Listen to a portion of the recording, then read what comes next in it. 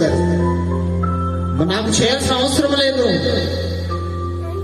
కానీ నీకు ఇచ్చేది, పరలోకం ఇచ్చేది మన తండ్రి ఒకడు ఉన్నాడు. సేవకుడికి జేజేలు కొడితే అతని ద్వారా వెళ్ళలేము. గొర్రె కాపరిని వెంబడించాలి. మన కాపరి ఎవరు? యేసుక్రీస్తు ప్రభువారు, మనుష్యుడు కాదు. అది వాక్యము సత్యమా, వాక్యము నిజమాని మనం గ్రహించుకోవాలి. కాబట్టి వీటికి పెంచే ఆరంభాలటువంటి ఖర్చు, పిల్లలే కానీ యవనస్తులే కానీ, అది ఎవరైనా కానీ ఖర్చులు పెరిగిపోతున్న మూలముగా తల్లిదండ్రులు పట్టించుకోలేని వారు ఉంటారే. ఆ సమాజంలో మనుషులు ఎలా మార్చాలండి?